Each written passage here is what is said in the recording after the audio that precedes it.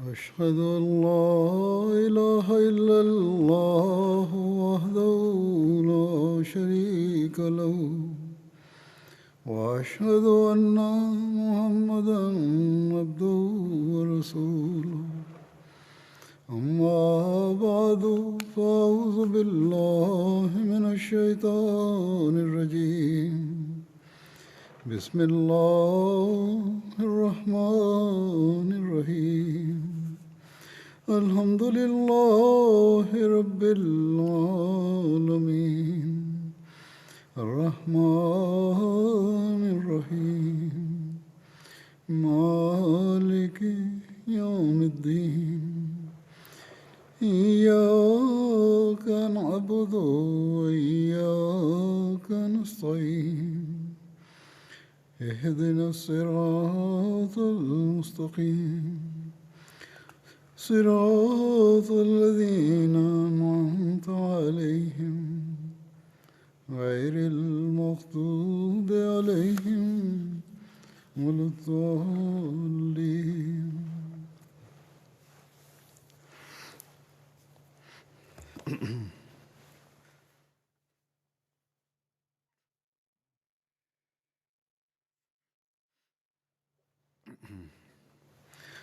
بیس فروری کا دن جماعت میں پیش گوئی مسلم موت کے حوالے سے یاد رکھا جاتا ہے. اس تعلق میں آج میں کچھ کہوں گا. کل 20 فروری ہے. یہ ایک لمبی پیش گوئی ہے. مختلف خصوصیات اس میں بیان ہوئی ہیں جو حضرت مسیح موعود علیہ الصلوۃ والسلام کے موعود بیٹے سے متعلق ہیں، جو حضرت مسیح علیہ السلام کو اللہ تعالیٰ نے بتائیں. آج میں اس میں سے ایک پہلو کہ وہ علوم ظاہری و باطنی سے پر کیا جائے گا کے بارے میں حضرت مسلم موعود رضی اللہ عنہ کی اپنی تحریرات، تقاریر وغیرہ کے حوالے سے کچھ بیان کروں گا. اس میں کچھ حد تک اس پیش گوئی کا ایک پہلو کہ وہ سخت ذہین و فہیم ہوگا، اس کا بھی اظہار ہو جاتا ہے.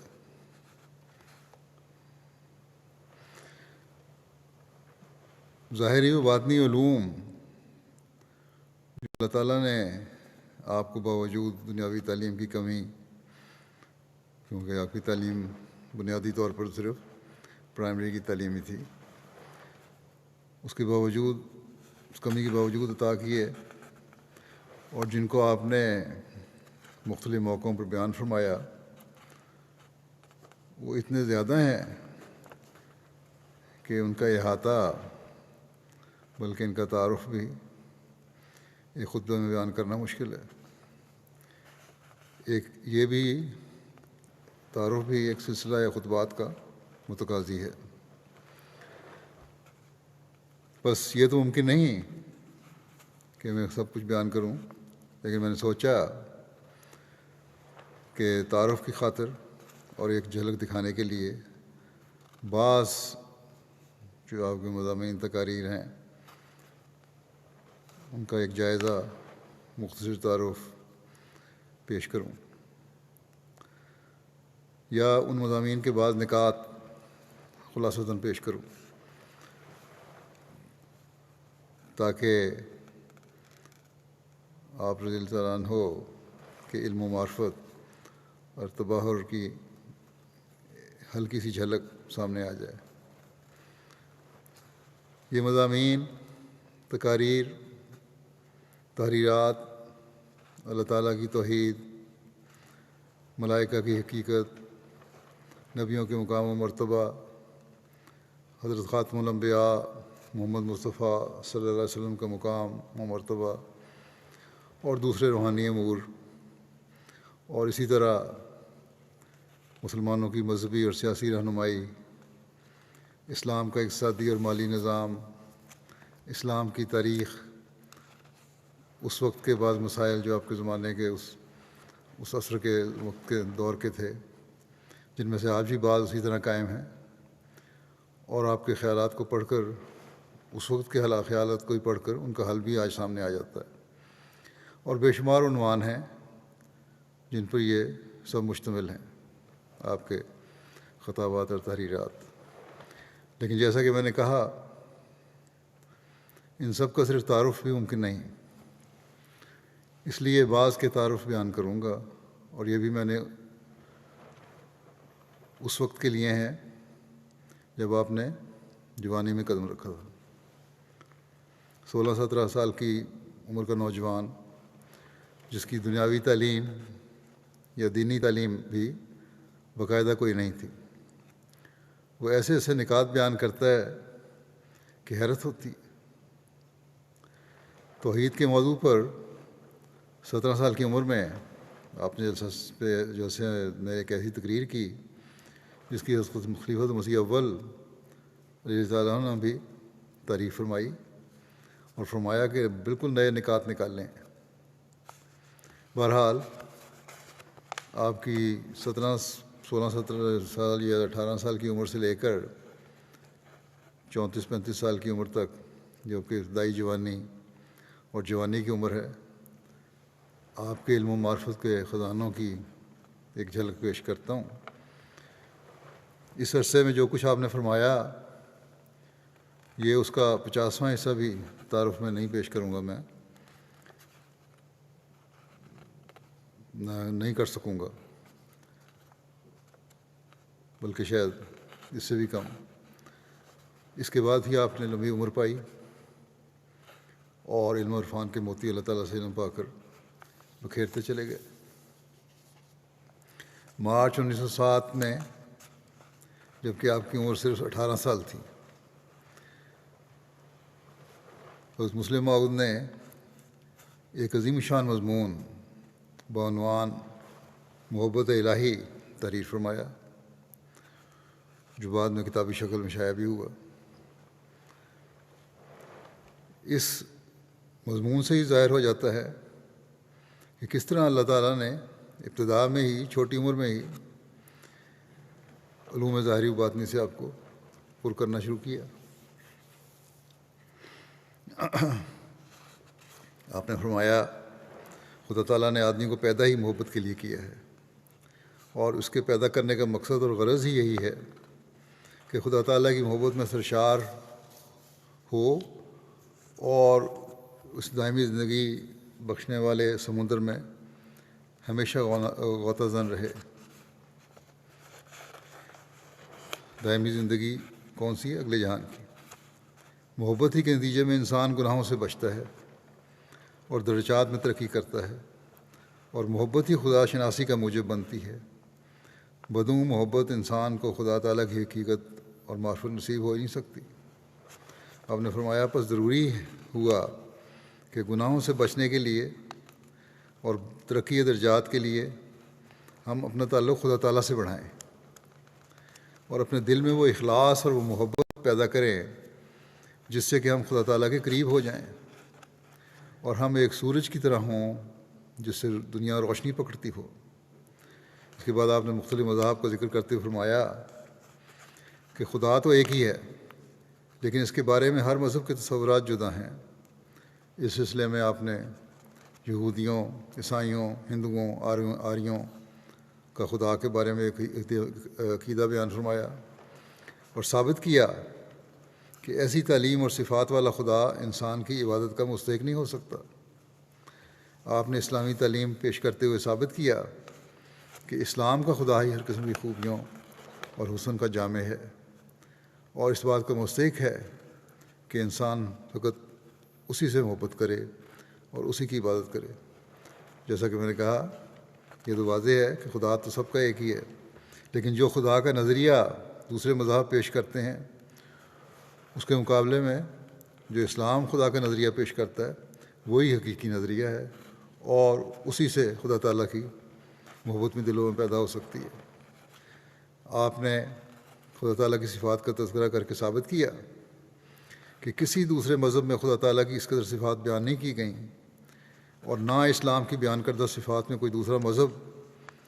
خوبیوں اور کمالات کے لحاظ سے شریک ہے۔ آخر پر آپ نے اسلام کے زندہ خدا کا یہ ثبوت پیش کیا کہ فقط اسلام کا خدا ہی وحی و الہام سے انسان کی آج بھی رہنمائی کرتا ہے، جس طرح کہ وہ پہلے کرتا تھا، اور یہی زندہ خدا کی سب سے بڑی خصوصیت ہے۔ پھر آپ نے یہ تحریر فرمایا آخر میں کہ اب میں اپنے مضمون کے خاتمہ پر پہنچ گیا ہوں، کیونکہ میں نے ثابت کیا ہے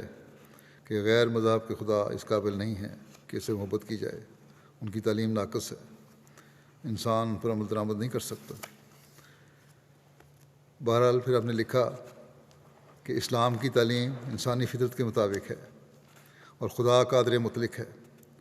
اور کل عیوب سے پاک ہے، اور سب سے بڑی خصوصیت اسلام میں یہ بتائی ہے کہ اس میں محبت کرنے والے کو بالکل صاف جواب نہیں ملتا، بلکہ خدا تعالیٰ اس کے امتحان کے بعد اس سے ہم کلام ہوتا ہے۔ یہ بات یاد رکھنی چاہیے، اللہ تعالیٰ صاف جواب نہیں دیتا، بلکہ خدا تعالیٰ اس کے امتحان کے بعد ایک امتحان میں سے گزرنا پڑتا ہے، پھر اس سے ہم کلام ہوتا ہے۔ اور اس محبت کی گرمی کو جو کہ محبت کرنے والے کے دل میں ہر ایک چیز کو جلا رہی ہوتی ہے، اپنے تسکین دہ کلام سے ٹھنڈا کرتا ہے، اور اس سوزش و جلن کو دور کرتا ہے جو کہ جواب کے نہ ملنے سے بپا ہوتی ہے، اور اس طرح محبت اور بھی چمک اٹھتی ہے، اور اس کے دل میں ایک جوش پیدا ہوتا ہے کہ میں خدا کے اور بھی قریب ہو جاؤں، اور اس طرح بڑھتے بڑھتے وہ یہاں تک نزدیک ہو جاتا ہے کہ خدا تعالیٰ اس کی نسبت فرماتا ہے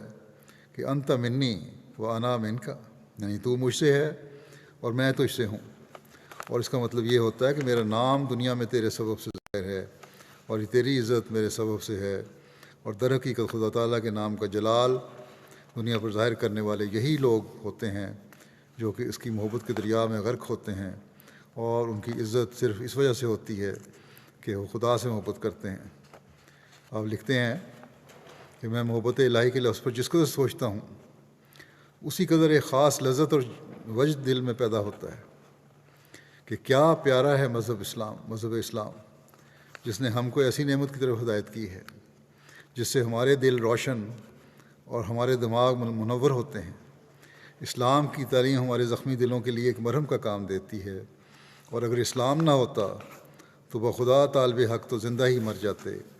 اور وہ جن کے دلوں میں محبت کا ذوق ہے ان کی کمر ٹوٹ جاتی، اور محبت ایک ناممکن وجہ سمجھی جاتی، اور اس کو وہم سے موسوم کیا جاتا، کیونکہ جب لوگ دیکھتے کہ کوئی ایسی ہستی نہیں جس سے کہ ہم محبت کر سکیں، تو محبت کے وجود میں شک لانے کے سوا اور کیا کر سکتے۔ خدا نے اسلام سا مذہب انسان کو عطا کر کے غمگین دلوں کو تسکین دی ہے اور زخمی سینوں کو مرہم عنایت کی ہے۔ جب ایک خدا سے محبت کرنے والا انسان دیکھتا ہے کہ وہ جس سے میں محبت کرتا ہوں ایک ذرے ذرے کو دیکھتا ہے اور دلوں کی باتوں کو جانتا ہے، وہ سنتا ہے اور بولتا ہے، اور پھر یہ کہ وہ اس بات پر قادر ہے کہ اپنے سے محبت کرنے والے کو بدلہ دے، تو اس وقت وہ اپنے دل میں اس محبت کی وجہ سے خوشی حاصل کرتا ہے اور خاص لذت محسوس کرتا ہے۔ یعنی انسان خوشی حاصل کرتا ہے اور خاص لذت محسوس کرتا ہے۔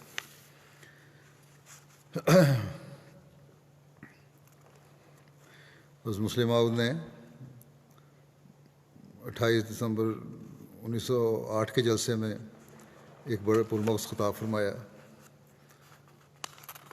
کہ ہم کس طرح کامیاب ہو سکتے ہیں اس موضوع پر۔ یہ خیالات ایک 19 سالہ نوجوان کے ہیں۔ حضور نے ان اللہ اشترا من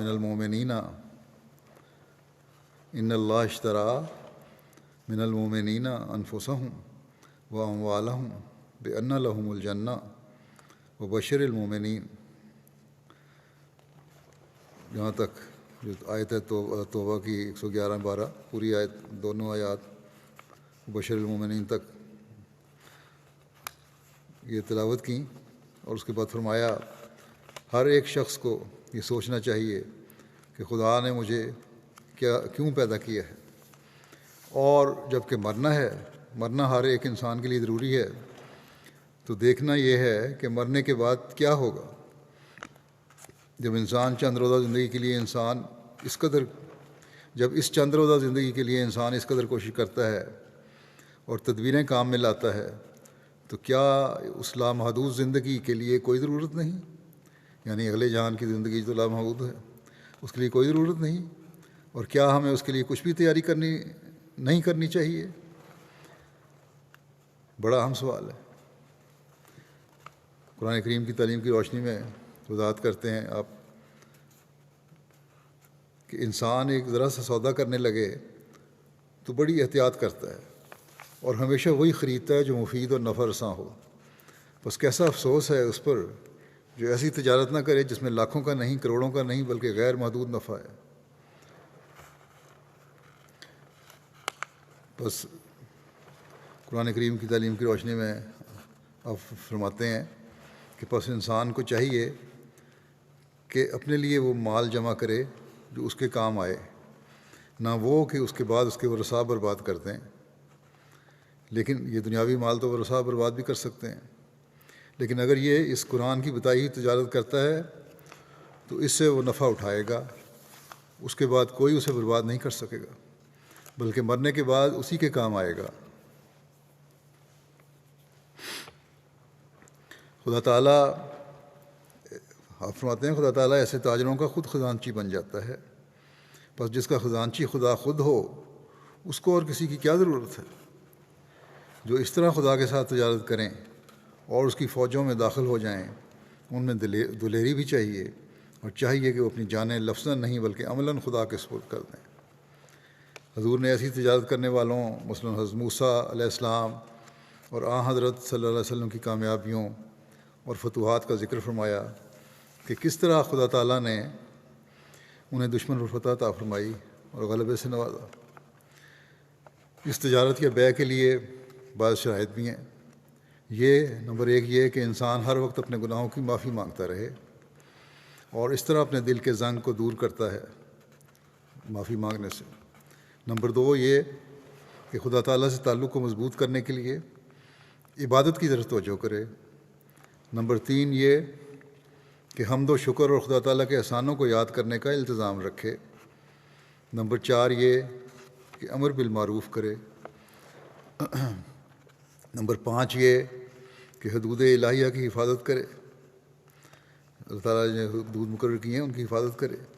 ان امور پر عمل کرنے والا مخلص مومن کامیاب و کامگار ہو کر خدا تعالیٰ کی طرف سے بشارتیں پاتا ہے۔ ان امور پر عمل کرنے والا مخلص کامیاب و کامگار ہو کر خدا تعالیٰ کی طرف سے بشارتیں پاتا ہے۔ پھر 1916 کے جلسے میں خلافت کے بعد دوسرے سال آپ نے ذکر الہی کے موضوع پر خطاب فرمایا، جس میں آپ نے نہایت اشوتے اور دلنشین انداز میں ذکر الہی اور اس سے متعلقہ امور کا ذکر کرتے ہوئے ذکر الہی سے مراد کیا ہے، اس کی ضرورت، اسی قسمیں اور فوائد پر روشنی ڈالی۔ آپ نے اسی مضمون میں موجودہ دور کے صوفیاء وغیرہ کے ذکر کی کیفیت بھی بیان فرمائی کہ ان کا انداز ذکر ان کی رسموں میں مبتلا اور خدا کے قرب سے دور کر رہا ہے۔ آپ نے وضاحت فرمائی کہ ذکر 4 قسم کا ہوتا ہے۔ پہلا ذکر نماز ہے، دوسرا قرآن کریم کا پڑھنا ہے، تیسرا اللہ تعالیٰ کی صفات کا بیان کرنا ہے اور ان کی تکرار اور اقرار کرنا اور اس کی تفصیل اپنی زبان سے بیان کرنا، چوتھا خدا تعالیٰ کی صفات کو علیحدگی اور تنہائی میں بیان کرنا، غور کرنا اور لوگوں میں بھی اس کا اظہار کرنا۔ اسی تسلسل میں آپ نے ذکر الہی کو مقبول بنانے کے لیے ذرائع اور ذکر الہی کے خاص اوقات بھی بیان فرمائے کہ کیا کیا اوقات ہیں، کیا ذریعے ہیں۔ اسی خطاب میں آپ نے مقام محمود تک پہنچانے والے ذکر یعنی نماز تہجد میں باقاعدگی کی تاکید بھی فرمائی اور اس کے التزام و اہتمام کے 1 درجن سے زائد طریقے بتلائے کہ کس طرح ہم باقاعدگی سے پڑھ سکتے ہیں۔ اور اسی طرح نماز میں توجہ قائم رکھنے کے لیے آپ نے قرآن و حدیث کی روشنی میں 22 طریق بیان فرمائے اس جگہ، اور آخر میں حضور نے ذکر الہی کے 12 عظیم الشان فوائد بھی بیان فرمائے۔ اس تقریر کے دوران ایک قابل ذکر بات یہ بھی ہوئی کہ دوران تقریر ایک غیر احمدی صوفی صاحب نے وہاں بیٹھے ہوئے سن رہے تھے، آئے ہوئے تھے جلسے میں. انہوں نے رکا بھیجا حضرت مسلم موعود کو کہ آپ کیا غضب کر رہے ہیں. اس قسم کا ایک نقطہ جو ہے، جو آپ نکات بیان کر رہے ہیں، اس قسم کا تو ایک نقطہ صوفیاء کرام 10 سال خدمت لے کر بتایا کرتے تھے کہ جو ان کی خدمت کرتا تھا 10 سال انسان ان کے ساتھ رہتا تھا، پھر بتاتے تھے ایک نقطہ. آپ نے ایک وقت میں یہ سارے نقطے بیان کر دیے. آپ نے ایک مجلس میں سارے رازوں پہ پردہ اٹھا دیا. یہ کیا غضب کر دیا آپ نے؟ ربوبیت باری تعالیٰ کائنات کی ہر چیز پر محیط ہے. پٹیالہ میں آپ نے یہ خطاب فرمایا، جس کا خلاصہ اس طرح ہے کہ 9 اکتوبر 1917 کو پٹیالہ میں یہ تقریر آپ نے فرمائی، اور اللہ تعالیٰ کی ہستی، اسلام اور قرآن کریم کی صداقت اور حضرت مسیح موعود کی سچائی کو صفت ربوبیت کے حوالے سے ثابت کیا. حضور نے فرمایا کہ اللہ تعالیٰ کی صفات اس کی ہستی کا ثبوت ہیں. صفات الہیہ پر غور کرنے اور ان زبردست قدرتوں کا مشاہدہ کرنے سے جن کا ظہور ہمیشہ ہوتا رہتا ہے، ماننا پڑتا ہے کہ ضرور ایک زبردست عالم، دانا اور رحیم و کریم ہستی موجود ہے. حضور نے فرمایا کہ سورہ فاتحہ جو ام القرآن ہے، اس میں ان 4 صفات کو بیان کیا گیا ہے جو تمام صفات کا خلاصہ ہیں، اور جن پر غور کرنے سے انسان ہر قسم کی بد اعتقادیوں اور بد عملیوں سے بچ سکتا ہے. مثلا پہلی صفت رب العالمین ہے. اللہ تعالیٰ اس کی صفت ربوبیت کا تعلق تمام مخلوقات سے ہے. ہر چیز اس کی ربوبیت سے فیض یاب ہو رہی ہے. تو خدا تعالیٰ کا رب العالمین ہونا یہ بات تسلیم کرنے پر مجبور کرتا ہے کہ جس خدا نے جسم کی ربوبیت اور ترقی کے لیے اعلیٰ درجے کے سامان کیے ہیں، اس نے روح کی زندگی کے لیے بھی ضرور سامان کیے ہوں گے جو جسم کی نسبت زیادہ قیمتی ہے. چنانچہ فرماتا ہے وَإِن مِّن أُمَّةٍ إِلَّا خَلَا فِيهَا نَذِيرٌ. ہر قوم میں اللہ تعالیٰ کے نبی آئے ہیں جو انسانوں کی تربیت اور روحانی ربوبیت اور ترقی کا سامان کرتے رہے. آخر پر اللہ تعالیٰ نے حضرت محمد مصطفیٰ صلی اللہ علیہ وسلم کو مبعوث فرمایا، جنہیں دنیا کی تمام اقوام اور زمانوں کی اصلاح کے لیے بھیجا، چونکہ آپ کے ذریعے شریعت کی تکمیل کر دی گئی ہے.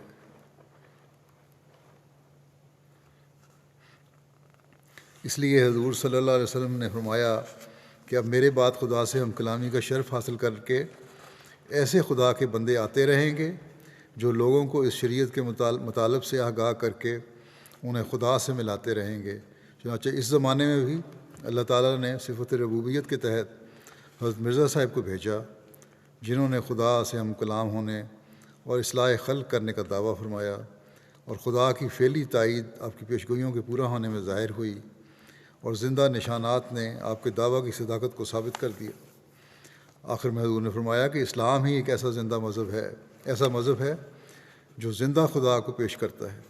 اور اس میں زندگی کا ثبوت مل رہا ہے. نیز یہ بھی کہ خدا جس طرح پہلے اپنے بندوں کی روحانی ربوبیت کرتا تھا، اسی طرح اب بھی کرتا ہے، اور اس کے بتائے ہوئے طریق پر چل کر ہم آج بھی انہی انعامات اور فوائد کو حاصل کر سکتے ہیں جو آج سے ہزاروں سال پیشتر حاصل ہوئے تھے.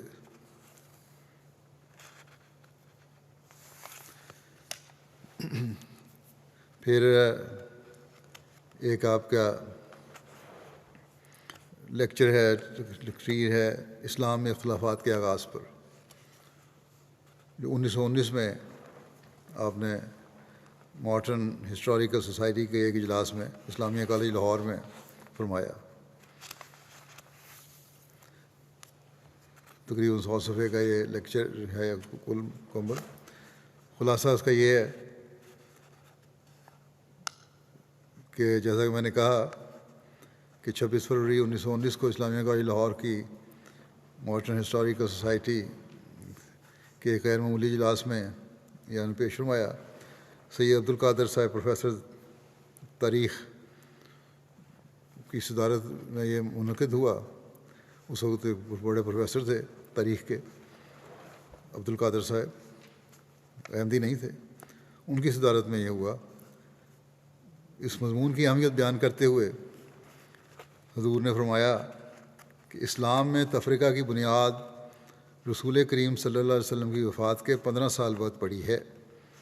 اور اس وقت کے بعد مسلمانوں میں شقاق کا شگاف وسیع ہی ہوتا چلا گیا ہے، اور اسی زمانے کی تاریخ نہایت تاریک پردوں میں چھپی ہوئی ہے، اور اسلام کے دشمنوں کے نزدیک اسلام پر ایک بدنما دھبہ ہے، اور اس کے دوستوں کے لیے بھی ایک سر چکرا دینے والا سوال ہے، اور بہت کم ہیں جنہوں نے اس زمانے کی تاریخ کی دلدل سے صحیح و سلامت پار نکلنا چاہا ہو اور وہ اپنے مدعا میں کامیاب ہو سکے ہوں۔ اس لیے میں نے یہی پسند کیا کہ آج آپ لوگوں کے سامنے اسی کے متعلق کچھ بیان کروں۔ چنانچہ حضور کی جو تقریر فرمائی اس کی گراں قدر نصائح تھیں، تحقیق تھی، اس کا لب لباب یہ ہے کہ یہ خیال کہ اسلام میں فتنوں کے موجب بعض بڑے بڑے صحابہ ہی تھے، بالکل غلط ہے۔ حضور نے اپنے اس مقالے میں حضرت عثمان کے ابتدائی حالات، حضرت عثمان کا مرتبہ، رسول کریم صلی اللہ علیہ وسلم کی نظر میں جو تھا وہ کیا تھا، حضرت عثمان کا مرتبہ، فتنہ کہاں سے پیدا ہوا، خلافت اسلامیہ ایک مذہبی انتظام تھا، صحابہ کی نسبت بدگمانی بلا وجہ سے ہے، اس پر بحث کرتے ہوئے فتنے کی وجوہ اور حضرت عثمان کے زمانے میں اس کے شروع ہونے والے اسباب و عوامل بیان فرمائے۔ فتنہ کے بانی مبانی عبداللہ بن سبا کے حالات اور اس زمانے میں کوفہ، بصرہ، شام اور وہاں کے مسلمانوں کے عمومی مزاج پر روشنی ڈالی۔ حضرت عثمان پر یہ بھی اعتراض کیا جاتا ہے کہ انہوں نے اپنی مرضی سے ایسے امراء مقرر کر دیے تھے جو اس فتنے کا باعث بن رہے تھے۔ حضور اس کے متعلق اپنی رائے دیتے ہوئے فرماتے ہیں کہ غرض جو لوگ تحقیق کے لیے بھیجے گئے تھے وہ نہایت عظیم الشان اور بے تعلق لوگ تھے، اور ان کی تحقیق پر کسی شخص کو اعتراض کی گنجائش حاصل نہیں۔ بس ان تینوں صحابہ کا مع ان دیگر آدمیوں کے، یعنی حضرت عثمان نے جو بھیجے تھے مختلف جگہوں پہ تحقیق کے لیے، فرمایا کہ ان تینوں صحابہ کا مع ان دیگر آدمیوں کے جو دوسرے بلاد میں بھیجے گئے تھے متفقہ فیصلہ کر دینا کہ ملک میں بالکل امن و امان ہے، ظلم و تعدی کا نام و نشان نہیں، حکام عدل و انصاف سے کام لے رہے ہیں، ایک فیصلہ ہے جس کے بعد کسی شک کی گنجائش نہیں رہتی، اور صاف معلوم ہوتا ہے کہ یہ سب فساد چند شریر النفس آدمیوں کی شرارت اور عبداللہ بن سبا کی انگیخت کا نتیجہ تھا، ورنہ حضرت عثمان اور ان کے نواب ہر قسم کے اعتراضات سے پاک تھے، یعنی ان کے جو عامل مقرر کیے گئے تھے، گورنر تھے۔ حضرت عثمان اپنی طبیعت کے مطابق نرمی اور رحم دلی کی طرف مائل رہے، مفسدوں کی شرارت اور فتنہ پردازی پر یہی کہتے رہے کہ میں مسلمانوں کے خون سے اپنا ہاتھ رنگنا نہیں چاہتا۔ کبار صحابہ اور حضرت معاویہ نے اس سلسلہ میں قیام امن کے لیے بعض تجاویز پیش کیں، مگر حضرت عثمان رحم دلی کے طریق پر ہی قائم رہے، بلکہ معترضین کے منہ بند کرنے کے لیے ان کے مطالبات بھی جائز حد تک مان لیتے رہے۔ اختلاف روایات اور تاریخی حالات کو صحیح طور پر سمجھنے کے لیے ایک نہایت ضروری اور لازمی عمل بیان کرتے ہوئے حضور فرماتے ہیں کہ اس زمانے کی تاریخ کے متعلق بہت احتیاط کی ضرورت ہے، کیونکہ اس زمانے کے بعد کوئی ایسا زمانہ نہیں آیا جو ایک یا دوسرے فریق سے ہمدردی رکھنے والوں سے خالی ہو، اور یہ بات تاریخ کے لیے نہایت مضر ہوتی ہے، کیونکہ جب سخت عداوت یا ناواجب محبت کا دخل ہو، روایت کبھی معینے ہی نہیں پہنچ سکتی۔ تاریخ کی تصحیح کا یہ زرعی اصل ہے کہ واقعات عالم ایک زنجیر کی طرح ہیں، کسی منفرد واقعے کی صحیح صحت معلوم کرنے کے لیے اسے زنجیر میں پرو کر دیکھنا چاہیے کہ وہ کڑی ٹھیک اپنی جگہ پر پروئی بھی جاتی ہے کہ نہیں۔ حضور کی تحقیق کا خلاصہ یہ ہے کہ ثابت ہوتا ہے کہ حضرت عثمان اور دیگر صحابہ ہر ایک فتنہ سے یا عیب سے پاک تھے، بلکہ ان کا رویہ نہایت اعلیٰ اخلاق کا مظہر تھا، اور ان کا قدم نیکی کے اعلیٰ مقام پر قائم تھا، اور یہ کہ صحابہ کو حضرت عثمان کی خلافت پر کوئی اعتراض نہ تھا، وہ آخر دم تک وفاداری سے کام لیتے رہے۔ حضرت علی اور حضرت طلحہ اور حضرت زبیر پر خفیہ ریشہ دوانیوں کا الزام بھی بالکل غلط ہے۔ انصار پر جو الزام لگایا جاتا ہے کہ وہ حضرت عثمان سے ناراض تھے، وہ غلط ہے۔ کیونکہ ہم دیکھتے ہیں کہ انصار کے سب سردار اس فتنے کے دور کرنے میں کوشاں رہے ہیں۔ اس پر غیروں نے بھی تاثرات دیے۔ اس کی پہلی اشاعت پر سید عبدالقادر صاحب M A professor Islamia college Lahore نے تمہید یہ فرمائی، جس میں لکھا کہ فاضل باپ کے فاضل بیٹے حضرت مرزا بشیر الدین محمود احمد صاحب کا نام ہے نامی اس بات کی کافی ضمانت ہے کہ یہ تقریر نہایت عالمانہ ہے۔ مجھے بھی اسلامی تاریخ سے کچھ شد بدھ ہے، اور میں دعویٰ سے کہہ سکتا ہوں کہ کیا مسلمان اور کیا غیر مسلمان بہت تھوڑے مورخ ہیں جو حضرت عثمان کے عہد کے اختلافات کی تہہ تک پہنچ سکے ہیں اور اس مہلک اور پہلی خانہ جنگی کی اصل وجوہات کو سمجھنے میں کامیاب ہوئے ہیں۔ حضرت مرزا صاحب کو نہ صرف خانہ جنگی کے اسباب سمجھنے میں کامیابی ہوئی ہے، بلکہ انہوں نے نہایت واضح مسلسل پیرائے میں ان واقعات کو بیان فرمایا ہے جن کی وجہ سے ایوان خلافت مدت تک تزلزل میں رہا۔ میرا خیال ہے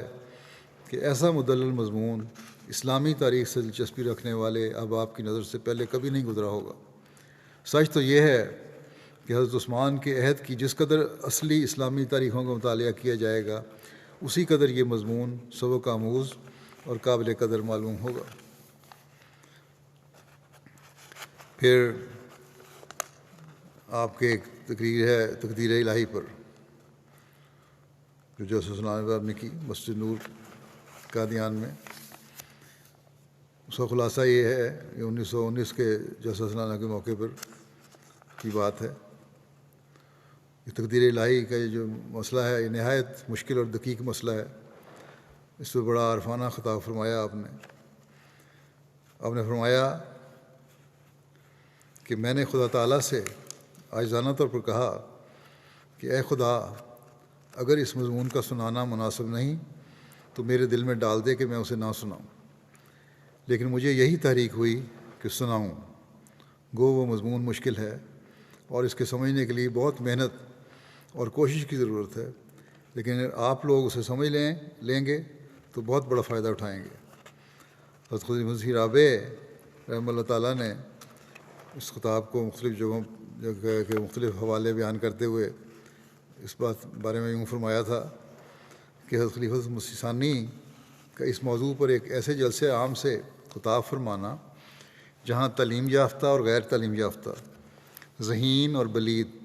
ہر قسم کے لوگ جمع تھے، یقیناً کوئی معمولی کام نہ تھا۔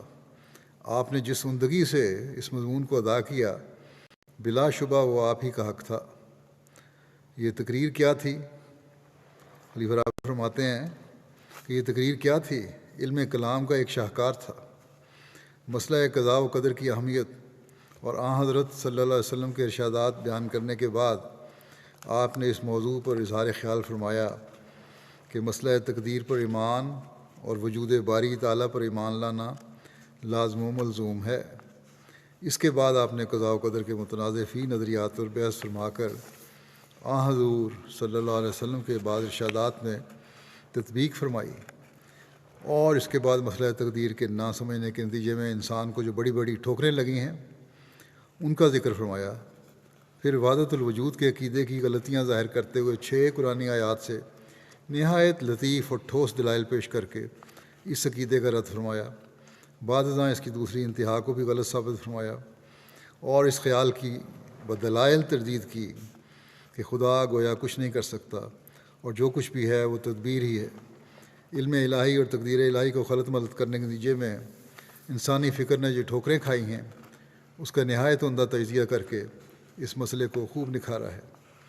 پھر خلیفہ مسیح رابع فرماتے ہیں یہ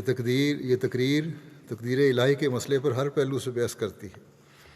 اور مختلف قدیم و جدید اعتراضات کے جوابات بھی اس میں دیے گئے ہیں۔ تقدیر کے ذکر میں آپ نے 7 روحانی مقامات کا ذکر بھی فرمایا ہے جو تقدیر الہی کے مسئلے کو صحیح معنوں میں سمجھ کر اس کے تقاضے پورے کرنے کے نتیجے میں انسان کو مل سکتے ہیں۔ تو یہ بہرحال یہ پڑھنے والی ہے، تقدیر الہی کے بارے میں سوال لوگ کرتے رہتے ہیں، ان کو یہ پڑھنی چاہیے۔ پھر ایک مسلمانوں کی رہنمائی کے لیے ایک موقع پر آپ نے جو نصائح فرمائیں، معاہدہ ترکیہ اور مسلمانوں کا آئندہ رویہ، اس کے عنوان سے الہ آباد میں خلافت کمیٹی کے تحت کانفرنس ہوئی تھی، اس میں یہ بیان فرمایا۔ اس کا خلاصہ یہ ہے کہ جنگ عظیم اول کے بعد فاتح اتحادی ممالک نے دولت عثمانیہ سے صلح کی جو شرائط طے کیں وہ انتہائی ذلت آمیز تھیں۔ ان کی روح سے سلطنت ترکی کے حصے بکھرے کر دیے گئے تھے، اس کی بحری و بری اور ہوائی افواج نہایت محدود کر دی گئیں اور اس پر بعض اور کڑی پابندیاں بھی لگا دی گئیں۔ ان حالات میں ترکی کی سلطنت کے ساتھ صلح کی شرائط کے مسئلے پر غور کرنے اور مسلمانوں کے لیے آئندہ طریق عمل سوچنے اور تجویز کرنے کے لیے 1 اور 2 جون کو 1920 کو الہ آباد میں خلافت کمیٹی کے تحت ایک کانفرنس کا انعقاد کیا جانا مقرر ہوا۔ جمعیت العلماء ہندوستان کے مشہور لیڈر جناب مولانا عبدالباری فرنگی محلی نے 30 مئی 1920 کو حضرت مسلم موعود کی خدمت میں ایک خط کے ذریعے اس کانفرنس میں اپنے خیالات کے اظہار کے لیے دعوت دی۔ چنانچہ حضور نے معاہدہ ترکیہ اور مسلمانوں کا آئندہ رویہ کے عنوان سے ایک دن میں یہ مضمون تحریر فرمایا اور اسے راتوں رات چھپا کر حضرت مولانا سید محمد سرور شاہ صاحب، حضرت سید ولی اللہ شاہ صاحب اور حضرت چودھری محمد رسول اللہ خان صاحب کے ذریعے بھجوایا۔ حضور نے اپنے اس مضمون میں معاہدہ ترکیہ کی شرائط کی نقائص کی نشاندہی فرما کر اس کے بعد اثرات سے بچنے کے لیے مسلمانوں کے سامنے بعض تجاویز پیش فرمائیں۔ حضور نے نہایت مدلل انداز میں اپنے موقف کو پیش کرتے ہوئے یہ واضح فرمایا کہ جو تجاویز ہجرت، جہاد عام اور گورنمنٹ سے قطع تعلق کرنے کی پیش کی جا رہی ہیں، یہ ناقابل عمل اور مسلمانوں کو نقصان پہنچانے والی ہیں۔ حضور نے اپنی طرف سے یہ تجویز فرمائی کہ مسلمان متفق اللسان ہو کر، یعنی ایک زبان ہو کر، اتحادی حکومتوں پر یہ واضح کر دیں کہ چونکہ انہوں نے ترکوں سے صلح کی شرائط اپنے تجویز کردہ قواعد کے خلاف رکھی ہیں اور اس معاہدے میں مسیحی تعصب دکھائی دیتا ہے، نیز ان شرائط میں سرمایہ داروں کیپٹلسٹ کے مفادات کو مد نظر رکھا گیا ہے، لہٰذا مسلمان اس فیصلے کو ناپسند کرتے ہیں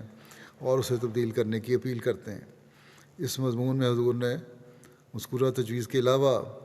اسلام اور مسلمانوں کی ترقی اور بہبود کے لیے بلا تاخیر ایک عالمگیر لجنہ اسلامیہ یعنی معتمر عالم اسلامی قائم کرنے کی طرف بھی توجہ دلائی۔ آج جو کہتے ہیں یہ مسلمان اکٹھے جو بنائی ہے وہ بھی فیصلے نہیں کر سک رہی، لیکن اس کی تجویز بھی حضرت مسلم موعود نے دی تھی۔ اس مضمون میں جو حالات کا نقشہ کھینچا گیا ہے، آج بھی عمومی طور پر بعض مغربی طاقتوں کا مسلمانوں کی حکومتوں کے ساتھ یہی رویہ اور سلوک نظر آتا ہے۔ اس وقت جب یہ انٹرنیٹ وغیرہ کی سہولتیں بھی نہیں تھیں، یہ غیر معمولی تجزیہ جو آپ نے کیا تھا اور پھر جو مشورے دیے تھے، وہ آپ کے ساتھ اللہ تعالیٰ کی خاص تائید کی نشاندہی کرتا ہے، اور دنیا کے علم جو اللہ تعالیٰ نے آپ کو عطا کیا اور آپ کی ذہانت جو اللہ تعالیٰ نے کا وعدہ تھا، اس کی نشاندہی کرتا ہے۔ پھر ایک آپ کی تقریر ہے ملائکۃ اللہ پہ، جو 1920 کی ہے، دسمبر 1920 کی، 28 دسمبر کی 2 دن یہ تقریر کی۔ بیت النور میں ارشاد فرمائی، ملائکۃ اللہ کا یہ مضمون اسلام کے بنیادی اصول اور ایمانیات میں داخل ہے، باوجود اس کے کہ یہ مضمون نہایت باریک و دقیق ہے۔ حضور نے اسے نہایت آسان اور بصیرت افروز انداز میں پیش فرمایا۔ حضور نے قرآن کریم کی روح سے ملائکہ کی حقیقت و ضرورت، ان کی اقسام، ان کے فرائض و خدمات کے علاوہ فرشتوں کے وجود پر دلائل اور ان سے متعلق شبہات و اعتراضات کے مفصل اور مدلل جواب دیے۔ مضمون کے آخر پر حضور نے فرشتوں سے تعلق پیدا کرنے اور ان سے فیض حاصل کرنے کے 8 ذرائع بیان فرمائے، یعنی نمبر 1، جس انسان پر جبرائیل نازل ہو اس کے پاس بیٹھنے سے، نیک لوگوں انبیاء کے ساتھ بعض صحبت سے، صالحین سے، انبیاء کی صحبت سے۔ نمبر 2 یہ کہ رسول کریم صلی اللہ علیہ وسلم پر درود بھیجنے سے، اور نمبر 3 یہ کہ انسان کے قلب میں یہ تحریک ہو کہ عفو اور درگزر کو قائم کرے اور بدظنی کو ترک کرے۔ نمبر 4 یہ کہ انسان تسبیح اور تحمید کرے۔ نمبر 5 یہ کہ قرآن کریم کی تلاوت کی جائے غور سے۔ 6 یہ کہ جو کتابیں ایک ایسے شخص کی لکھی ہوں جس پر فرشتے نازل ہوتے ہیں ان کو پڑھنے سے، اس زمانے میں حضرت مسیح علیہ السلام کی کتبیں پڑھنی چاہیے۔ نمبر 7 یہ کہ جس مقام پر ملائکہ کا خاص نزول ہوا ہو انسان وہاں جائے۔ بعض شاعر اللہ ہیں، مقامات ایسے ہیں، وہاں جانا چاہیے۔ اور نمبر 8 یہ کہ خلیفہ کے ساتھ تعلق ہو۔ یہ ساری باتیں آپ نے اس میں بیان فرمائیں۔ پھر ضرورت مذہب، یہ بھی آپ کا لیکچر ہے جو 5 مارچ 1921 کو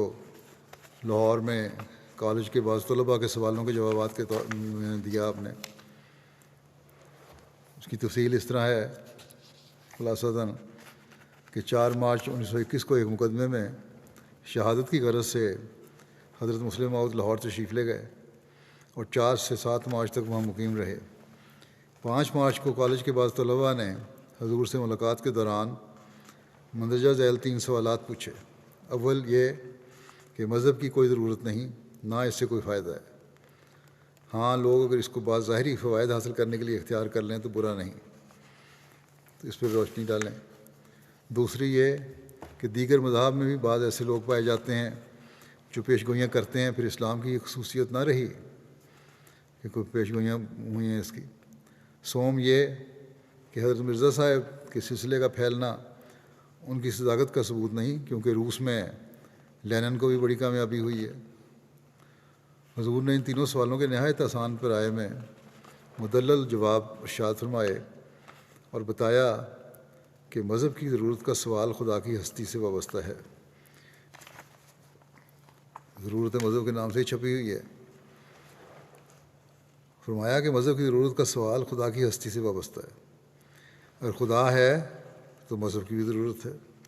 اور خدا کی ہستی کا ثبوت اس کا اپنے بندوں سے کلام کرنا ہے۔ اور اس دور میں حضرت مسیح موعود علیہ السلام کی پیش گوئیاں پوری ہو رہی ہیں اور خدا تعالیٰ کی ہستی کا ثبوت فراہم کر رہی ہیں۔ دوسرے سوال کے جواب میں حضور نے بتایا کہ انبیاء اور دیگر لوگوں کی پیش گوئیوں میں بنیادی فرق یہ ہوتا ہے کہ دوسرے لوگ اپنے علم کی بنا پر پیش گوئیاں کرتے ہیں اور وہ قیاس کا رنگ رکھتی ہیں، جبکہ انبیاء کی پیش گوئی خدا تعالیٰ کی طرف سے ہوتی ہے، مخالف حالات میں ہوتی ہے، ان کے بعض بہت سے پہلو ہوتے ہیں، ان میں شوکت اور حاکمانہ اقتدار ہوتا ہے۔ اور تیسرے سوال کے جواب میں حضور نے فرمایا کہ حضرت مرزا صاحب کو جو ترقی حاصل ہوئی ہے اس ترقی کے بارے میں حضرت مرزا صاحب کا دعویٰ پہلے سے موجود ہے اور اس کے مطابق ہی ترقی ہوئی ہے، اس لیے یہ کہنا غلط ہوگا کہ حضرت مرزا صاحب کی ترقی ان کی صداقت کی علامت نہیں اور دوسروں کی ترقی بھی ہو رہی ہے۔ تو بہرحال یہ ایک تفصیلی مضمون ہے لمبا۔ پھر ہستی باری تعالیٰ پر 1921 میں آپ نے ایک تقریر فرمائی، یہ بھی بہت لمبی تقریر ہے، 190 صفحات کی، اور خلاصہ اس طرح ہے کہ ہستی باری تعالیٰ کے موضوع پر حقائق و معارف سے پر بصیرت افروز انداز میں ایک عالمانہ اور جامع تقریر 1921 میں فرمائی۔ حضرت مسلم موعود نے اپنی اس تقریر میں ہستی باری تعالیٰ کے 8 دلائل اور ان پر پیدا ہونے والے اعتراضات کے جواب ارشاد فرمائے۔ خدا تعالیٰ کی صفات سے خدا کی ہستی کا ثبوت فراہم اور صفات الہیہ کی اقسام بھی بیان فرمائیں، ثبوت فراہم فرمایا اور صفات الہیہ کی اقسام بھی بیان فرمائیں۔ اللہ تعالیٰ کے متعلق اہل یورپ کے خیالات زرتشتیوں کے خیالات، ہندوؤں کے خیالات اور آریوں کے تصورات کے بالمقابل اسلام کی خدا تعالیٰ سے متعلق تعلیمات تفصیل سے بیان فرمائیں۔ علاوہ ازیں حضور نے اپنی اس تقریر میں شرک کی تعریف اور اس کی اقسام بیان کرتے ہوئے ان کا رد بیان فرمایا، اور روایت الہی، روایت کے مدارج و درجات، اس کے فوائد اور اس روایت کے حصول کے طریق و ذرائع بھی بیان فرمائے۔ پھر ایک آپ نے تصنیف فرمائی 1921 میں تحفہ شہزادہ ویلز کے نام سے، شہزادہ ویلز کی ہندوستان آمد کے موقع پر ان کو پیش کی گئی، کہ اس کا اس طرح خلاصتاً یہ ہے کہ برطانیہ عظمیٰ کے ولی عہد شہزادہ ویلز دسمبر 1921 میں ہندوستان کے دورے پر آئے۔ یہ وہی شہزادے ہیں جو بعد میں ایڈورڈ ہشتم کہلائے اور 1936 میں چرچ آف انگلینڈ سے اختلاف کر کے تخت سے دستبردار ہو گئے۔ حضرت مسلم موعود نے ان کی ہندوستان آمد کے وقت تحفہ شہزادہ ویلز کے عنوان سے ایک کتاب تصنیف فرمائی، اور حضور کی تجویز کے مطابق جماعت احمدیہ کے 32,208 ممبروں نے ایک آنا فی کس جمع کر کے اس کتاب کی اشاعت کا انتظام کیا، اور جماعت احمدیہ کے ایک وفد نے لاہور میں 27 فروری 1922 کو گورنمنٹ پنجاب کے توسط سے پرنس آف ویلز کی خدمت میں ایک ایڈریس کے ساتھ یہ کتاب اسلام کے بے نظیر تحفے کی صورت میں پیش کی۔ حضرت مسلم موعود نے اس مختصر عالمانہ تصنیف میں حکومت وقت سے وفاداری کے اظہار کے علاوہ حضرت اقدس مسیح موعود علیہ الصلوۃ والسلام بانی سلسلہ عالیہ احمدیہ کے مختصر حالات اور سلسلہ احمدیہ کی تعلیم، تاریخ اور اس کے قیام کی غرض بیان فرمائی۔ آخر میں سنت رسول پر عمل پیرا ہوتے ہوئے برطانیہ کے تخت و تاج کے وارث تک اسلام کا پیغام نہایت مؤثر رنگ میں پہنچا کر اسے اسلام کی طرف دعوت دی ہے۔ شہزادہ ویلز نے حضور کی طرف سے پیش کیے گئے اس تحفے کو قبول کیا اور اپنے چیف سیکرٹری کے ذریعے اس کا شکریہ بھی ادا کیا۔ اس بارے میں جو تاثرات ہیں، شہزادہ ویلز جو بعد میں ایڈورڈ ہشتم بنے، 1936 میں انگلینڈ چرچ سے جیسا کہ بتایا اختلاف کی وجہ سے تخت سے دستبردار ہو گئے، اور انہوں نے اس تحفے کو بڑی قدر کی نگاہ سے اور احترام سے دیکھا، اور نہ صرف اپنے چیف سیکرٹری کے توسط سے اس کا شکریہ ادا کیا، بلکہ مارچ 1922 کو لاہور سے جموں تک کے سفر میں اسے مکمل طور پر مطالعہ کیا اور بہت خوش ہوئے۔ اور جیسا کہ بعد کی اطلاعات سے معلوم ہوا کہ کتاب پڑھتے پڑھتے بعض مقامات پر ان کا چہرہ گلاب کی طرح شگفتہ ہو جاتا تھا۔ اسی طرح ان کے ایڈی کانگ نے یہ بھی بتایا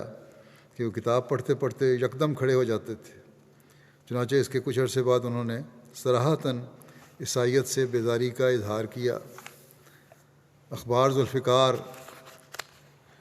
24 اپریل 1922 میں لکھتا ہے کہ اس کتاب پر ریویو کیا اس نے کہ ہم خلیفہ ثانی کے سلسلہ احمدیہ کی اشاعت اسلام میں ہمت کی داد دیے بغیر نہیں رہ سکتے۔ تحفہ ویلز کا بہت سا حصہ ایسا ہے جو تبلیغ اسلام سے لبریز ہے اور ایک عظیم الشان کارنامہ ہے کہ جس کو دیکھتے ہوئے غیر احمدی ضرور رشک کریں گے۔ یہ ضروری ہے کہ ہم اخبار نویسی کے میز پر تعصب کی مالا گلے سے اتار کر رکھ دیتے ہیں۔ اس واسطے اس تحفے کو دیکھ کر ہم اشش کر اٹھے۔ اس تحفے میں فاضل مصنف نے سنت رسول صلی اللہ علیہ وسلم پر پورا عمل کیا ہے، دعوت اسلام کو بڑی آزادی اور دلیری کے ساتھ برطانیہ کے تخت و تاج کے وارث تک پہنچا دیا ہے۔ یہ دوسری بات ہے کہ اسلام کے کسی فرقے کا کوئی فرد یا موجودہ زمانے کا کوئی شورش پسند اخبار حسد اور بغض کی راہ سے اس تحفے پر کوئی حملہ کرے۔ ہمیں اس تحفے میں کوئی ایسا مقام دکھائی نہیں دیا جس میں خوشامد سے کام لیا گیا ہو۔ ہاں، بعض مقامات ایسے ہیں جس میں مرزا غلام احمد صاحب آن جہانی کے ابتدا سے آخر تک مختصر سے حالات لکھے ہیں، لیکن وہ واقعات امن پسندی اور حکومت کی وفاداری کا اظہار ہیں۔ یہ ظاہر ہے کہ بدامن اور شورش پسند فرقے کو کبھی خدا دوست نہیں رکھتا اور تباہ اور برباد کر دیتا ہے۔ اسی طرح پنجاب کے ایک نیم سرکاری اخبار سول اینڈ ملٹری گزٹ نے اب لکھا 1922 18 اپریل کی اشاعت میں کہ یہ تسلیم کرنا ہی پڑتا ہے کہ نہایت قابلیت اور علمیت کے ساتھ اپنے دلائل کو آسن رنگ میں پیش کیا گیا ہے، قطع نظر اس کے کہ اس کی وسیع غرض ایک تبلیغی کوشش ہے، خواہ پرنس آف ویلز احمدی ہوں یا نہ ہوں۔ اس میں شک نہیں کہ اس کتاب کی قدر و قیمت میں اور ان لوگوں کے لطف میں کمی نہیں ہو سکتی جو مذہب میں اور خاص کر ہندوستان اور برطانیہ کے بے شمار مذاہب میں دلچسپی رکھتے ہیں۔ بیرونی دنیا پر بھی اس کتاب نے گہرا اثر ڈالا۔ مغربی ممالک میں تو اس نے تولیغ اسلام کا ایک نیا راستہ کھول دیا۔ چنانچہ ویانا، جو آسٹریا کا کیپٹل ہے، وہاں کے ایک پروفیسر نے جو 3 زبانوں کا ماہر تھا، پڑھ کر بے حد خوشی کا اظہار کیا اور افسوس کیا کہ وہ بوڑھا ہو گیا ہے، ورنہ دنیا بھر میں اس کی اشاعت کرتا۔ حضرت مفتی محمد صادق صاحب نے امریکہ سے لکھا کہ اس کتاب نے امریکہ کو بہت متاثر کیا ہے، بلکہ ایسا معلوم ہوتا ہے گویا امریکہ کے علمی تقاضوں کے مطابق یہ کتاب لکھی گئی ہے۔ مغربی ممالک کے علاوہ افریقہ میں بھی اس کا اثر ہوا۔ چنانچہ نیروبی کے اخبار لیڈر نے لکھا کہ گو میں عیسائی نہیں مگر عیسائیوں کے گھر پیدا ہوا ہوں اور ان کے لٹریچر کو خوب سمجھتا ہوں، لیکن جو کچھ مجھے اس کتاب سے حاصل ہوا ہے اور جو میں نے حاضر اٹھایا ہے اسے بیان نہیں کر سکتا۔ اس کتاب کا لکھنے والا گو مسلمان ہے، لیکن شبہ غالب ہے کہ وہ عیسائیوں میں سالہ سال تک رہا ہے اور ان کے لٹریچر کو اس نے غور سے پڑھا ہے، ورنہ یہ بہت مشکل ہے کہ وہ عیسائیوں کو ایسی پتے کی باتیں اس دھڑلے سے سنائے۔ آج تک کوئی ایسی کتاب میری نظر سے نہیں گزری جو مذہبی بنیاد پر لکھی گئی ہو اور تعصب سے مبرہ رہی ہو۔ اس شان کی یہ پہلی کتاب ہے۔ اسی طرح احمدیت یعنی حقیقی اسلام، یہ 1924 میں کہ آپ کی ایک تقریر ہے، ایک ویمبلے کانفرنس میں جو تھی اس کا خلاصہ پڑھا گیا تھا ایک کتاب کا۔ کتاب تو بہت موٹی ہے، 250 صفحات کی۔ 1924 میں یہ ویمبلے کانفرنس منعقد ہوئی تھی اور دنیا کے تمام مذاہب کی چوٹی کے علماء کو دعوت دی گئی کہ وہ اپنے اپنے مذہبی خوبیوں کے بارے میں لیکچر دیں۔ اس میں حضرت مسلم موعود کو بھی شرکت کی دعوت دی گئی۔ حضرت مسلم موعود نے اس کانفرنس کے لیے احمدیت یعنی حقیقی اسلام کے نام سے 24 مئی تا 6 جون 2 ہفتے سے بھی کم عرصے میں ایک ضخیم کتاب تصنیف فرمائی۔ پھر اس کا خلاصہ حضرت مسلم موعود کی موجودگی میں حضرت چودھری محمد رسول اللہ خان صاحب نے اس کانفرنس میں پڑھ کر سنایا۔ یہ لیکچر ایسا منفرد اور اچھوتا تھا کہ عیسائیت کے بڑے بڑے لیڈر بھی بے اختیار بول اٹھے کہ بلا شبہ اس مضمون میں جو خیالات بیان کیے گئے ہیں وہ تربیت اور دلائل اور اپنی خوبی و حسن کے لحاظ سے اچھوتے اور منفرد ہیں۔ چنانچہ اس لیکچر کے ذریعے خدا نے احمدیت یعنی حقیقی اسلام کو پیغام دنیائے مذہب کے بڑے بڑے لیڈروں کو اس طرح پہنچانے کا موقع دیا کہ وہ بھی اسلام کی حقانیت کا اقرار کرنے پر مجبور ہو گئے۔ اس کتاب میں حضرت مسلم موعود نے اسلام کی حسین تعلیم کی مختلف جہات پر نہایت شاندار انداز میں روشنی ڈالی۔ سب سے پہلے آپ نے سورہ صافات کی آیات سے یہ ثابت کیا کہ یہ جو مذہبی کانفرنس منعقد ہو رہی ہے، اس قسم کی کانفرنسوں کا انعقاد کی خبر آج سے 1300 سال پہلے قرآن مجید نے دے دی تھی۔ اس کے بعد آپ نے جماعت احمدیہ کا تعارف کروایا اور دلائل قاطعہ سے ثابت کیا کہ احمدیت اور حقیقی اسلام ایک ہی چیز کا نام ہے۔ اس کے بعد آپ نے مذہب کے 4 مقاصد بیان کیے۔ اس ذیل میں سب سے پہلے خدا تعالیٰ کے بارے میں اسلام کا جو تصور ہے اسے کھول کر بیان کیا، واضح کیا کہ اسلام انسان سے اپنے خدا کے ساتھ کس طرح کا تعلق رکھنے کی امید کرتا ہے، خدا تعالیٰ کی طرف سے بندے پر کیا کیا ذمہ داریاں عائد کی گئی ہیں، اور حضرت مسلم موعود نے اس شبے کا ازالہ بھی کیا کہ اسلام اس طرح کی تعلیم دیتا ہے کہ اسباب سے کام ہی نہ لیا جاوے بلکہ سب کام خدا پر چھوڑ دیے جائیں، یعنی ہاتھ پیر ہلانے کی ضرورت نہیں ہے۔ یہ الزام لگایا جاتا ہے اس مسلمانوں پر۔ حضرت مسلم موعود نے فرمایا کہ قرآن کریم کی آیات سے ثابت ہے کہ اسلام ہرگز یہ تعلیم نہیں ہے، اسلام کی ہرگز یہ تعلیم نہیں ہے، بلکہ اسلام کی تعلیم تو یہ ہے کہ اسباب سے بھرپور کام لیا جائے، جو ذرائع ہیں ان کو استعمال کیا جائے، پھر خدا پر توکل کیا جائے۔ توکل ہرگز ترک اسباب کا نام نہیں ہے۔ توکل کرنا تو ترک اسباب کا نام نہیں ہے، بلکہ اس امر پر یقین کا نام ہے کہ خدا تعالیٰ ایک زندہ خدا ہے۔ پھر حضرت مسلم موعود نے اس امر پر روشنی ڈالی، اس وقت صرف اسلام ہی ہے جو انسان کو خدا تعالیٰ سے ملا سکتا ہے، کیونکہ اسلام کا یہ دعویٰ ہے کہ جو بھی اسلام کی بتائی ہوئی تعلیم کے مطابق عمل کرتے ہوئے خدا سے اس وصال کی تڑپ رکھے، خدا ضرور اس کو مل جاتا ہے۔ حضرت مسلم موعود فرماتے ہیں کہ اس شبے کا ازالہ صرف اسلام ہی کرتا ہے کہ اس کی تعلیم پر چل کر ایسے لوگ پیدا ہوتے رہتے ہیں جو کہ صفات الہیہ کے مظہر ہوتے ہیں، اور جو پہلے خود اپنی ذات پر صفات الہیہ کا پرتو ڈالتے اور پھر دوسروں کو اس کا نشان دکھاتے ہیں اور ہستی باری کا کامل عرفان بخشتے ہیں۔ چنانچہ اس زمانے میں اللہ تعالیٰ نے اس غرض کے لیے کہ لوگ اس کے وجود کو پہچانیں اور شک و شبہ کی زندگی سے پاک ہوں، حضرت مسیح موعود کو بھیجا تھا۔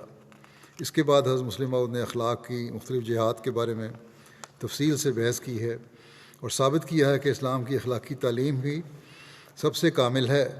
اور کوئی دوسرا مذہب اس کا مقابلہ کر ہی نہیں سکتا۔ پھر آپ نے اخلاق حسنہ کے اصول اور اخلاق سیئہ سے بچنے کے ذرائع کے بارے میں تفصیل سے روشنی ڈالی ہے، اور اخلاق کی درستگی کے بارے میں اسلام کی جو تعلیم ہے اس کو بیان کیا ہے۔ اس کے بعد آپ نے تمدن کے بارے میں اسلام کی تعلیم بیان کی ہے اور نہایت لطیف پیرائے میں اخلاق اور تمدن کے فرق کو واضح کیا ہے۔ پھر انسان کے معاشرے میں مختلف لوگوں سے جو تعلقات ہیں وہ کن خطوط پر استوار ہونے چاہیے، اس پر روشنی ڈالی ہے۔ پھر شہریت کے اصول بیان کیے ہیں۔ اس کے بعد آپ نے حکومت اور رعایا کے فرائض اور حقوق تفصیل سے بیان کیے، اور پھر اس مضمون کو مزید وسیع کرتے ہوئے حکومتوں کے آپس کے تعلقات کس قسم کے ہونے چاہیے اس بات پر روشنی ڈالی ہے، اور مختلف ملکوں میں تنازعات کے حل کے لیے آپ نے قرآن کریم کے ذرعی اصول بیان کیے ہیں اور بتایا کہ اگر لیگ آف نیشنز کی بنیاد ان اصولوں پر رکھی جائے گی تو وہ کامیاب ہوگی، اور وہ نہیں رکھی گئی اور اس لہٰذا ناکام بھی ہوئی، اور اب UNO بھی اگر اس نہج پر نہیں چلے گی تو وہ بھی ناکام ہو رہی ہے اور ہو جائے گی۔ بہرحال کتاب کے آخر پر حضرت مسلم موعود نے حالات ما بعد الموت کے بارے میں روشنی ڈالی ہے اور بتایا کہ اگلے جہان میں جو ثواب و عذاب ملیں گے ان کی حقیقت کیا ہوگی۔ اس کتاب میں صرف حضرت مسیح موعود علیہ السلام کی تعلیمات کا ذکر نہیں کیا، بلکہ آپ نے ان تعلیمات پر عمل کرنے والوں کی مثالیں بھی دی ہیں، اور انہوں نے کس طرح اپنی زندگیوں میں انقلاب پیدا کیے، اور حضرت مسیح موعود علیہ السلام کی تعلیم کا ان پر کس قدر اثر ہوا کہ ان میں بعض نے اپنی جانیں قربان کر دیں، لیکن حضرت مسیح موعود علیہ السلام کی تعلیم کو چھوڑنا پسند نہیں کیا۔ آخر پر حضرت مسلم موعود نے تمام دنیا میں بسنے والوں کو قبول احمدیت کی دعوت دیتے ہوئے خوشخبری دی ہے کہ ان مصائب کے دور ہونے کا وقت آ گیا ہے، اور اگر وہ اس دور کے فرستادے کے ہاتھ پر اکٹھے ہو جائیں گے تو وہ دین و دنیا کی فلاح پائیں گے۔ مضمون کے خاتمے پر پریزیڈنٹ جو تھے اس نے مختلف الفاظ میں ریمارکس کرتے ہوئے کہا کہ مجھے زیادہ کہنے کی ضرورت نہیں، مضمون کی خوبی اور لطافت کا اندازہ خود مضمون نے کرا لیا ہے۔ میں صرف اپنی طرف سے اور حاضرین جلسہ کی طرف سے مضمون کی خوبی ترتیب، خوبی خیالات اور اعلیٰ درجے کے طریقے استدلال کے لیے حضرت خلیفۃ المسیح کا شکریہ ادا کرتا ہوں۔ حاضرین کے چہرے زبان حال سے میرے اس کہنے کے ساتھ متفق ہیں، اور میں یقین کرتا ہوں کہ وہ اقرار کرتے ہیں کہ میں ان کی طرف سے شکریہ کرنے میں حق پر ہوں اور ان کی ترجمانی کا حق ادا کر رہا ہوں۔ ایک صاحب حضرت صاحب کے حضور حاضر ہوئے اور انہوں نے عرض کیا کہ میں نے ہندوستان میں 30 سال کام کیا ہے اور مسلمانوں کے حالات اور دلائل کا مطالعہ کیا ہے، کیونکہ میں ایک مشنری کی حیثیت سے ہندوستان میں رہا ہوں، مگر جس خوبی، صفائی اور لطافت سے آپ نے آج کے مضمون کو پیش کیا ہے میں نے اس سے پہلے کبھی کسی جگہ بھی نہیں سنا۔ مجھے اس مضمون کو سن کر کیا بلحاظ خیالات، کیا بلحاظ ترتیب اور کیا بلحاظ دلائل بہت گہرا اثر ہوا ہے۔ میں آپ کو مبارکباد دیتا ہوں۔ ایک اور صاحب آئے جنہوں نے عرض کیا کہ میں اس مضمون کے سننے کے لیے فرانس سے آیا ہوں۔ میں عیسائیت پر اسلام کو ترجیح دیا کرتا تھا اور اسلام پر بدھزم کو ترجیح دیا کرتا تھا۔ اب جب کہ میں نے آپ کا مضمون بھی سن لیا ہے اور بدھزم کو بھی سنا ہے، میں یہ تسلیم کرتا ہوں کہ واقعی اسلام ہی سب سے بالا تر مذہب ہے۔ جس خوبی اور جس خوش اسلوبی سے آپ نے اسلام کو پیش کیا، اس کا کوئی دوسرا مذہب مقابلہ نہیں کر سکتا۔ میرے دل پر اب اس کا گہرا اثر ہے۔ اور بھی بہت سارے ریمارکس ہیں۔ پھر مسز شارپلز کہ وہ بھی اس کانفرنس کی سیکرٹری ہیں، اس نے چودھری صاحب سے کہا کہ میں آپ کو مبارکباد دیتی ہوں کہ لوگ آپ کے بڑے مشکور ہیں۔ پھر اسی عورت نے کہا کہ لوگ، عورتیں اور مرد میرے پاس آتے ہیں اور بہت تعریف کرتے ہیں اس کی۔ ایک جرمن شخص جو یہاں پروفیسر ہیں، انہوں نے جلسے سے واپسی کے وقت سڑک پر چلتے ہوئے آگے بڑھ کر حضرت صاحب کے حضور مبارکباد عرض کی اور کہا کہ میرے پاس بعض بڑے بڑے انگریز بیٹھے تھے، میں نے دیکھا کہ بعض زانوں پر ہاتھ مارتے تھے، اپنے زانوں پر ہاتھ مارتے تھے اور کہتے تھے کہ rare ideas, one can not hear such ideas every. یہ نہایت نادر خیالات ہیں، ایسے خیالات ہر روز سننے میں نہیں آتے۔ وہی جنرل پروفیسر روایت کرتے ہیں کہ بعض جگہ لوگ بے اختیار بول اٹھتے تھے کہ what a beautiful and true principle, کیا ہی خوبصورت اور سچے اصول ہیں، اور خود اپنی رائے ان الفاظ میں ظاہر کرتا تھا یہ جرمن پروفیسر کہ یہ موقع احمدیوں کے لیے ایک ٹرننگ پوائنٹ ہے، یعنی ترقی کا مقام ہے، اور یہ ایسی کامیابی ہے کہ اگر آپ لوگ ہزاروں پاؤنڈ بھی خرچ کر دیتے تو ایسی شہرت اور ایسی کامیابی کبھی نہ ہوتی جیسی کہ اس ایک لیکچر کے ذریعے سے ہوئی ہے۔ بہائی مذہب کی ایک عورت نے لیکچر سنا اور پھر ہمارے ساتھ ساتھ مکان کے قریب تک چلی آئی۔ وہ کہتی تھی کہ میں بہائی خیالات رکھتی تھی، مگر اب آج کا لیکچر سن کر میرے خیالات بدل گئے ہیں۔ میں چاہتی ہوں کہ آپ کے زیادہ تر لیکچر سنوں۔ مجھے اگر مہربانی سے بتائیں کہ کب اور کہاں کہاں لیکچر ہوں گے تو میں ضرور آؤں گی۔ ایک عورت نے پیچھے پڑھ کے حضور کو اپنے گھر چائے پہ آنے کی دعوت بھی دی۔ ایک صاحب نے یہ بھی کہا کہ ایسا پیارا مضمون تھا کہ حب الوطنی سے بھی زیادہ پیارا تھا۔ تو بہرحال یہ چند جھلکیاں میں نے دکھائی ہیں 18 سال کی عمر سے 35 سال کی عمر تک کے علم و عرفان کے موتیوں کی۔ شروع جوانی ہے اور پھر جوانی ہے، اور جوانی کی عمر کی باتیں ہیں اس شخص کی جس کی، جیسا کہ میں نے کہا، کوئی دنیاوی تعلیم نہیں تھی، لیکن علوم ظاہری و باطنی سے پر کیا گیا تھا۔ یہ حضرت مسیح علیہ السلام کی صداقت اور حضرت صلی اللہ علیہ وسلم کی پیشگوئی کی صداقت کا بھی ایک نشان ہے۔ اس 17 سال کے عرصے میں جو میں بیان کیا ہے، باتیں بیان کی ہیں، وہ صرف 17 سال کے عرصے کی ہیں۔ کچھ خلافت سے پہلے کی آپ کی، کچھ خلافت کے بعد کی، اور جو کچھ آپ نے بیان فرمایا ہے اس کا تو 17 سال کے عرصے میں بھی جو کوئی بیان فرمایا اس کا بھی 100واں حصہ، 50واں میں نے کہا تھا، بلکہ 100واں حصہ کہنا چاہیے، وہ بھی بیان نہیں کر سکا۔ خیال تھا کہ شاید کافی تعارف کتب ہو جائے گا، خطبات اور تفسیریں حضرت مسلم موعود کی اس کے علاوہ ہیں جن میں علم و معرفت کے نکات ہیں، علوم و معرفت کی نہریں بہہ رہی ہیں ان میں۔ پھر مختلف مجالس میں دنیا کی رہنمائی آپ نے کی ہے۔ بس اس خزانے کو بھی جو کافی حد تک چھپ چکا ہے، جماعت کے افراد کو پڑھنا چاہیے۔ اللہ تعالیٰ حضرت مسلم موعود رضی اللہ عنہ کو درجات بلند فرماتا رہے۔ پاکستان کے حالات کے لیے بھی دعا کریں، اللہ تعالیٰ وہاں کے لوگوں کو بھی امن اور چین اور سکون کی زندگی گزارنے کی توفیق عطا فرمائے، اور مخالفین کے حملوں اور مکروں کو اپنے فضل سے ملیہ میٹ کر دے۔